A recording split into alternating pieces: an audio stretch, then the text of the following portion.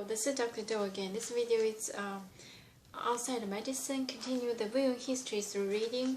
I'm going to continue to read. But if they will confess their sins and the sins of their fathers, their treachery against me and their hostility toward me, which made me hostile toward them, so that I sent them into the land of their enemies.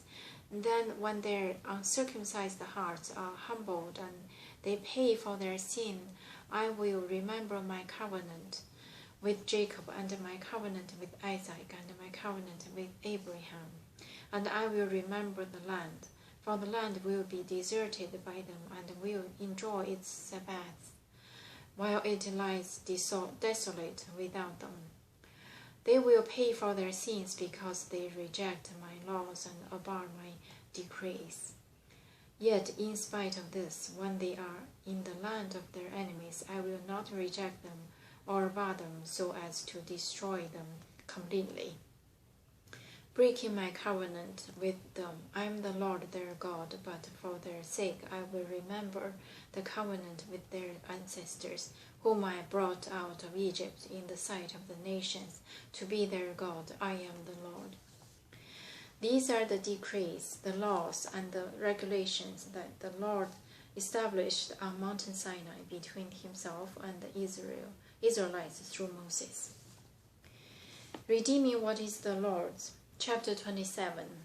The Lord said to Moses, "Speak to the Israelites and say to them, if anyone makes a special vow to dedicate persons to the Lord by giving equivalent values, set the value of a male between the ages of 20 and 60 at 50 shekels of silver, according to the secondary shekels, and if it is a female, set her value at 30 shekels. If it is a person between the ages of 5 and 20, set the values of male at 20 shekels and a female of 10 shekels if it is a person between 1 month and 5 years. Set the value of a male at 5 shekels of silver and that of a female at 3 shekels of silver. If it is a person 60 years old or more, set the values of male at 15 shekels and of a female at 10 shekels. If anyone making the vow is too poor to pay the specified amount, he is to present the person to the priest, who will set the value for him according to what the man making the vow can afford. If what he vowed is an animal that is accepted as an offering to the God, such an animal given to the Lord becomes holy. He must not exchange it or substitute a good one for a bad one, or a bad one for a good one. If he should substitute one animal for another, both it and the substitute become holy. If what he vowed is a ceremonially unclean animal, or that is not acceptable as an offering to the Lord, the animal must be presented to the priest, who will judge its quality as good or bad. Whatever value the priest then sets, that is what it will be. If the owner wishes to redeem the animal, he must add a fifth to its value.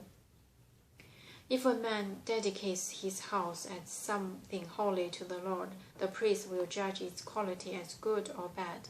Whatever value the priest then sets, so it will remain. If the man who dedicates his house redeems it, he must add a fifth to its value, and the house will again become his. If a man dedicates to the Lord part of his family land, its value is to be set according to the amount of seed required for it, 50 shekels of silver to a homer of barley seed. If he dedicates his field during the year of Jubilee, the value that has been set remains. But if he dedicates his field after the Jubilee, the priest will determine the value according to the number of years that remain until the next year of Jubilee, and its set value will be reduced. If the man who dedicates the field wishes to redeem it, he must add a fifth to its value, and the field will again become his. If, however, he does not redeem the field, or if he has sold it to someone else, it can never be redeemed. When the field is released in the Jubilee, it will become holy.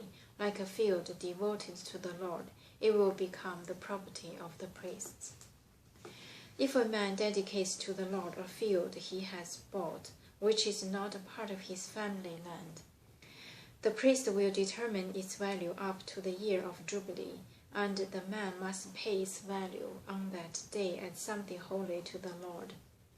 In the year of Jubilee, the field will revert to the person from whom he bought it, the one whose land it was. Every value is to be set according to the sanctuary shekel, 20 gerul to the shekels. No one, however, may dedicate the firstborn of animal, since the firstborn already belongs to the Lord. Whether an ox or a sheep, it is the Lord's. If it is one of the unclean animals, he may buy it back at its set value, adding a fifth of the value to it. If he does not redeem it, it is to be sold at its set value. But nothing that a man owns and devotes to the Lord, whether man or animal or family land, may be sold or redeemed. Everything so devoted is most holy to the Lord. No person devoted to destruction may be ransomed. He must be put to death.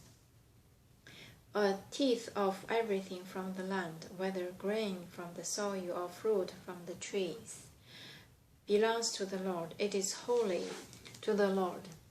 If a man redeems any of his teeth, he must add a fifth of that value to it. The entire teeth of the herd and the flocks, every 10th animal that passes under the shepherd's rod, will be holy to the Lord. He must not pick out the good from the bad or make any substitution. If he does make a substitution, both the animal and its substitute become holy and cannot be redeemed. These are the commands the Lord gave Moses on Mount Sinai for the Israelites. So this is the ending of the book of Leviticus. I'm going to move on to the book of Numbers on next video. Thank you for watching. I will see you next time.